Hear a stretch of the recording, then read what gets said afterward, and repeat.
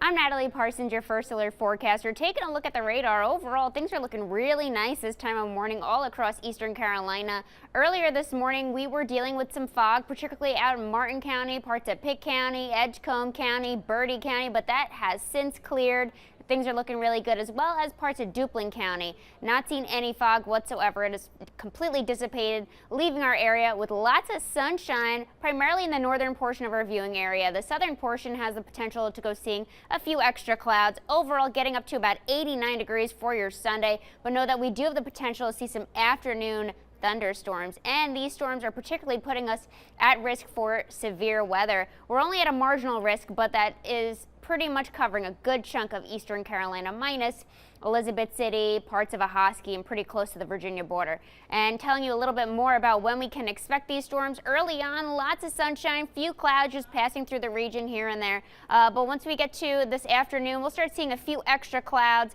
4 p.m. see a little bit of a sprinkle in Pamlico County, and then once we get to about 5 p.m. we'll have the potential to see an isolated thunderstorm not too far off from New Bern and Havelock. It'll be extremely short-lived, and then we'll see a few little ones popping up in Beaufort County, Craven County, Pamlico County, and they'll kind of stick around that area for a few hours until we get to about 8 p.m. and we'll start seeing some sprinkles throughout our area, south of Ahoskie, between Plymouth and Greenville, north of Kinston, and over by Washington, Chocowinity, and that'll be the trend through much of the evening. The stronger storms will stick over by Fayetteville and not too far off from Raleigh, and we'll continue to keep an eye on those storms. But once we get to about 1 a.m. on your Monday, you could just see that we're going to be seeing some stronger storms primarily along the Crystal Coast from Beaufort, Havelock, definitely ranging from Jacksonville all the way down to Wilmington, and we'll continue to see these storms through much of your Monday morning.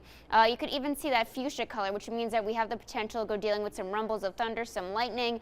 The main threat with these storms are going to be the damaging winds, as well as seeing locally heavy rainfall. So these areas could definitely see maybe a few inches of rain, if that. Goldsboro as well, you could see right over there. But it'll be primarily through the overnight hours, extending 4 a.m. We'll be getting some potentially moderate heavy rainfall over by Greenville, east of Kenansville, Jacksonville, New Bern, Havelock, Beaufort, as well as over by Plymouth. And then the rest of us will definitely go seeing some lighter rain. Everybody will be seeing rain in the overnight. That's one thing for sure. And then when we get to about 6 a.m. on your Monday, the heaviest rain will be over by the Pamlico Sound area, extending from Swan Quarters, Stumpy Point, all the way down to Beaufort. New Bern through Havelock have the potential to go seeing some moderate rainfall, as well as some isolated thunderstorms near the Virginia border, ranging from Elizabeth City all the way through I-95. And we'll just continue to watch these storms move eastward. We'll still have them around 8 a.m.